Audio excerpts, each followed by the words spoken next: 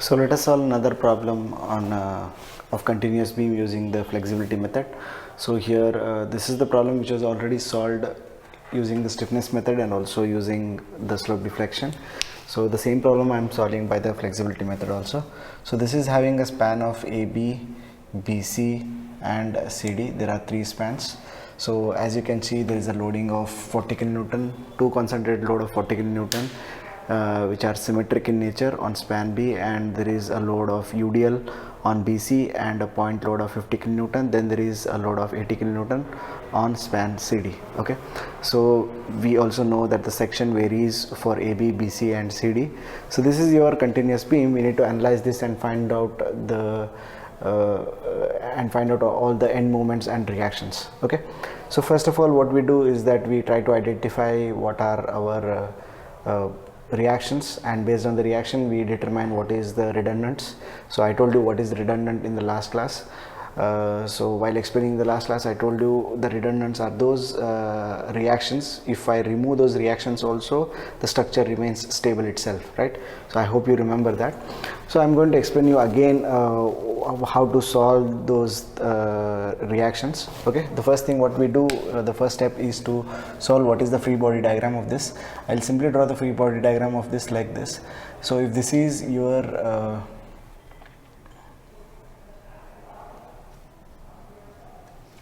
so if this is your beam, so you see in this continuous beam there is a support A, B and C which are vertical supports, and support D is fixed support.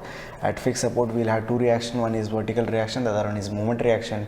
Now if you try to see how many reactions do we have, there are 5 reactions. Okay, so 2 equilibrium equations, 3 are your redundants, right? So 3 is what you get the static indeterminacy. Those static indeterminacy is nothing but your redundants. So if I have to remove 3 reactions such that it will convert this existing structure into a structure which will be solved by equilibrium equation itself, right? So now I'm trying to remove the reactions, or I'm trying to find out what are my redundants. So first what I do is that in the previous video also I explained, I want to separate these two beams. If I had to separate these two beams, what I have to do is to apply a moment here which is equal and opposite in direction. Okay, so if I apply a moment of at this point in equal and opposite direction, so this will become two simply supported beam. Okay, so let me call this as first coordinate. Okay, similarly at joint C also I'll apply the two moments which are equal and opposite, and at D joint, as we know there is a reaction, I would like to remove this moment reaction which is third coordinate. So first, second and third coordinate I mentioned. So after this, what is the next step I told you? The next step would be to apply the unit momentum at the first coordinate, second coordinate and third coordinate, and find out how much is my displacement, right? So I had given you this simple solution of how to find out the rotations. So if for example if there is a unit moment applied here, if I apply unit moment, so assume that this is the length L, so the value over here will be equals to I. This is your bending moment diagram. This is the bending moment diagram will be I.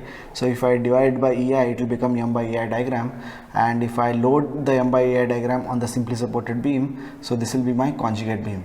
So in conjugate beam, if we find out the shear force, it will give me rotation. If I find out the moment, it will give me the displacement. So I am interested to find out how much is the rotation at this point and this point. Okay, so this will be L divided by 3 EI. So at this end it will be L divided by 6 EI, which I solved in the previous class itself. Okay, if you remember this formula, we can apply the same technique in all the members, right? So let us go with one by one. Like for example, what I am doing here is, this is my first coordinate. In the case of first coordinate, what I should do is I have to take this entire beam and I have to apply the unit moment at the first coordinate. So at the first coordinate I am applying the unit moment here. So if I apply unit moment here, this ordinate will become 1, and on this side also it will become 1 itself. but I have to divide by EI so that it will get converted into M by EI diagram. So if this becomes M by EI diagram, then I can solve for rotation, and that rotation will give me the flexibility values. Okay, so let us do that thing. So what we'll do is, this is my M by EI diagram. So this is your span for AB, and this is your span for BC. Let us see what is the length of this span. The length of this span is 6 meter, and what is the I value? It is 1.5 times of I. So if I find out how much is the reaction here because of this bending moment area, because of this area, if I find out the reaction here, it will give me the rotation at this point. So the reaction to calculate here will be L divided by 3EI, as we know this equation. So L is how much? It is 6 meter, and I value is 1.5 times of I. So 6 divided by 3E into 1 point of time times of I will become the reaction at this point because of the bending moment diagram of this. Okay, now going to span BC. In the span BC, the length of the span BC is 6 meter, I value is 2 times of I. If I had to calculate the reaction at this end, it will be 6 divided by 3E into 2 times of I. Okay, so this gets you the reaction over this side. Now similarly, I can calculate how much is the reaction on the other side. So the reaction on the other side will be 6 divided by 6E into 2 times of I. Okay, so this completes finding out the reactions because of the unit rotation being applied at the first coordinate. Okay, so you don't have to solve it here because we do not have any coordinates here. Even if you solve here, you know how much value you will get. 6 divided by 6 E into 1.5 times of I, but it is of no use. Even if I solve this, it is of no use. Okay, now these are the equations that I have got. Okay, now what I'll do is, I'll try to find out what is F11, F21 and F22. So what is F11? F11 is the sum of these two values. This is your first coordinate. At the first coordinate, because of application of unit moment, these are the two reactions I got. If I combine these two, it will give me the total displacement that is taking place at the first coordinate. So the total displacement at the first coordinate is this value, 6 divided by 4.5 times of I plus of 6 by I, and here I'm just taking out 1 by EI outside. Okay, so 1 by EI is outside. So this completes F11. So F21. So F21 is what? The unit moment is being applied at this end, and the displacement is calculated over the second coordinate. So this is the second coordinate we have. The reaction or the rotation that we get here is 6 divided by 6E into 2 times of I, which is 6 by 12. Okay, now this is my third coordinate. At the third coordinate there is no reaction, so henceforth there is no rotation also. Here it will be equal to 0. So I have written 0. Okay, so this completes solving of F11, F21 and F31. Okay, so the first column is completed. Now we can solve for the second column. To solve the second column, what we do is, again we'll take this beam and we'll apply the unit rotation at the second coordinate. At the second coordinate, I'm applying the unit moment. Sorry, I said unit rotation, this is unit moment. So let me apply the unit moment at the second coordinate. So this is 1 by EI, so it is representing the M by EI diagram for span BC and for span CD. For span BC, see here how much is this. Let us calculate how much is the reaction here. It will give me the rotation here, and if I calculate the reaction here, it will give me the rotation. Okay, so to calculate here, we know that is L divided by 6 EI. So L is how much? 6 divided by 6E into 2 times of I, because I value is 2I. Similarly, from the other side also, 6 divided by 3 into 2 times of I, using the equations itself. Now going to the second span over here, which is CD. So the reaction over this side will be, at the near end, it will be 4E divided by 3 times of EI. So because I is same, so length of the member CD is 4 meter, so 4 divided by 3 EI. Similarly, the reaction on the other side is 4 divided by 6 EI. So this completes solving the reactions or determining the rotations because of application of unit moment at the second coordinate. Now, what is this value? This value is representing what is this value, okay, which is K12. What is K12? We are finding out how much is the rotation because of application of unit moment at the second coordinate. Okay, so 6 divided by 6E into 2 times of I, which I have written here. Similarly, finding out how much is F22. What is F22 here? We need to find out how much is the rotation that is created at the second coordinate because of application of unit moment at the first coordinate, second coordinate itself. So 6 divided by 3 into 2 times of I, which is 6 by 6 plus of 4 by 3. Okay, so this completes F22, and similarly F31 is 4 by 6. Okay, so this completes the F12, F22 and F32. Now we can solve for the last column, which is applying the unit moment at the third coordinate. So I'm applying the unit moment at the third coordinate. This is the beam I have. So there are two reactions that are generated at this end and this end. So here at this end it will be 4 divided by 6 EI, and this end it will be 4 divided by 3 EI. So this is your first coordinate. At the first coordinate there is no reaction, so it means what, there is no displacement or rotation, so it is equal to 0. Now similarly at the second coordinate is 4 divided by 6 EI, and at the third coordinate it is 4 divided by 3 EI. So this completes the third column also. So this is your flexibility matrix. So once we have solved the flexibility matrix, the next step would be to solve the displacement matrix. To solve the displacement matrix, what we do is that we take that release diagram. So the release diagram is having the three simple supported spans. So this is span AB, BC and CD values. So what I will do is I will find out how much is the bending moment diagram when it is a simply supported beam with respect to the given loadings. So I will superimpose that M by EI diagram and I calculate the reactions which will give me the rotation. Okay, so before that, we will not get confused. What we will do is that first we will try to understand what is displacement we are finding out. Okay, so these we will take as a simply supported beams. So AB, BC and CD value. Okay, now for the BC we will see what is the loading that is done on the BC. AB. So on the AB we have two concentrated load of 40 kilonewton which is acting 2 meter, which is acting at 2 meter from the left and right, which is symmetric in nature. So what I do is I tell you to find out how much is the reaction only considering these two loads in the span this one. Okay, so the reaction over here it will be 40 and 40 kilonewton because it is symmetric.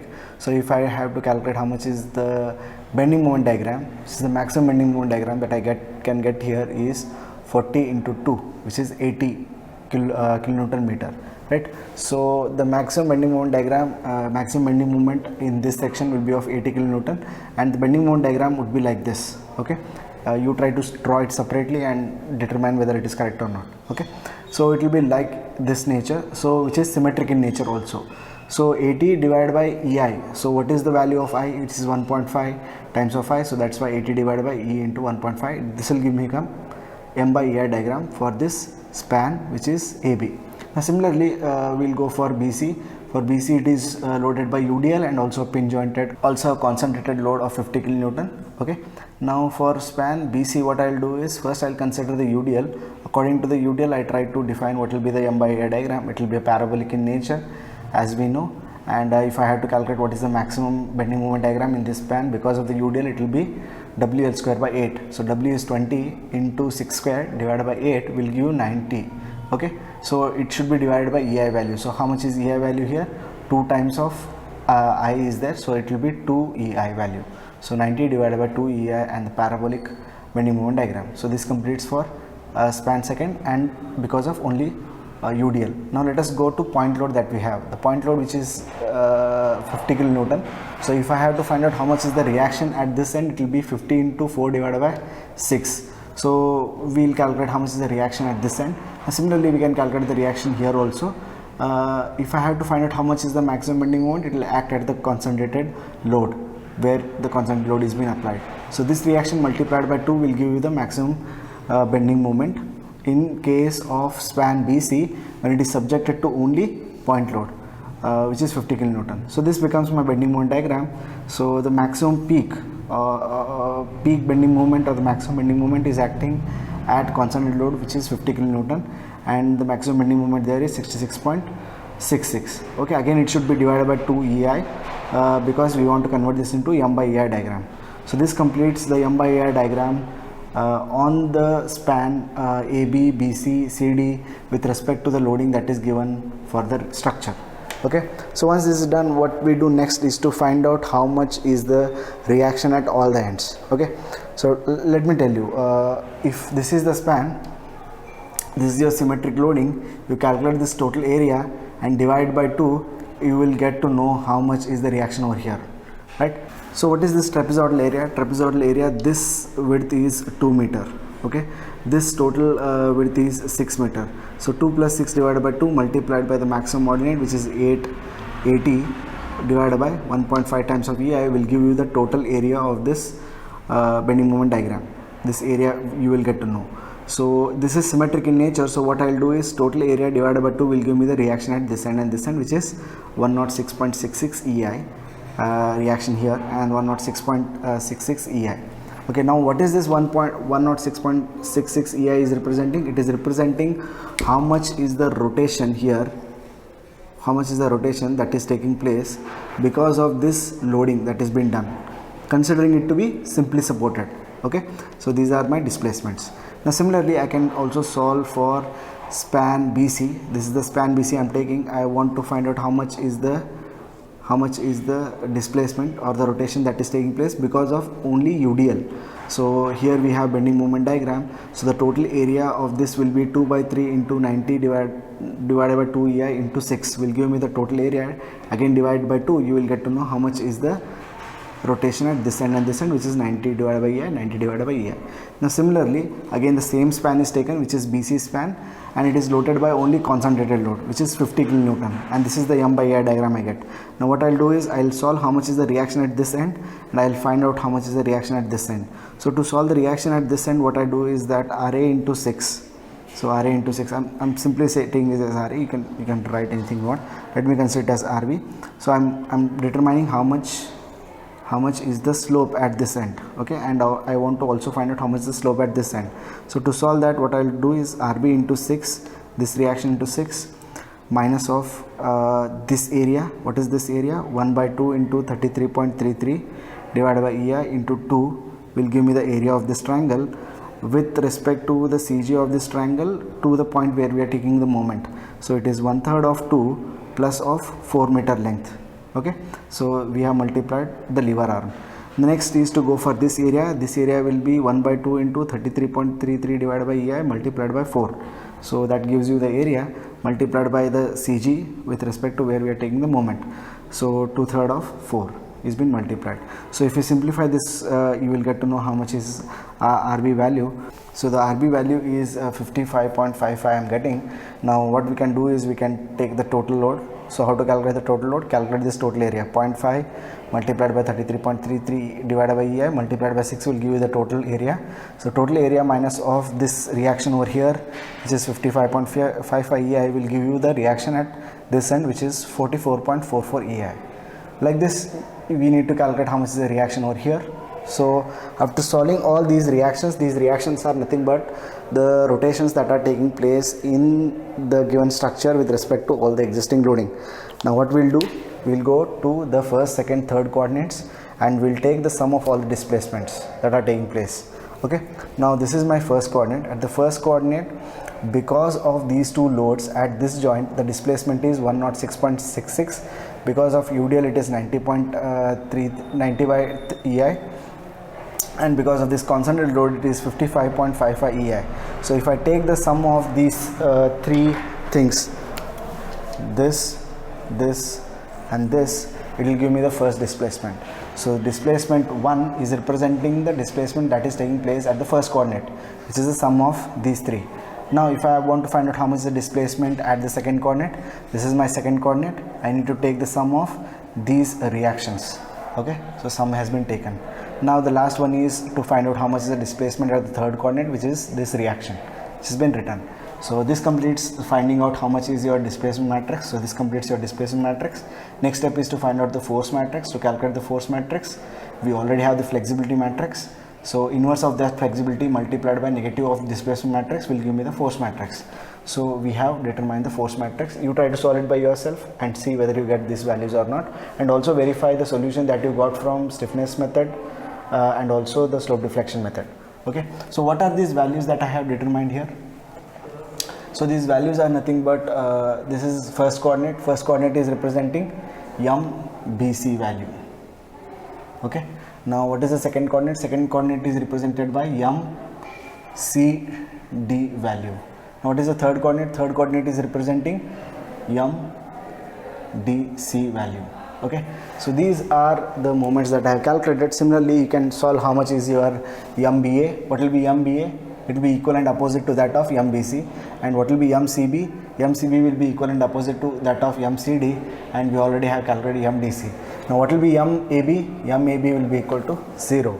Okay, so this completes solving the end moments using the flexibility matrix. You also try to solve this by yourself.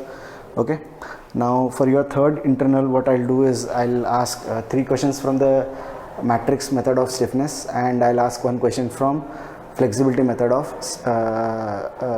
matrix method. Okay, so there are 4 questions that will be asked.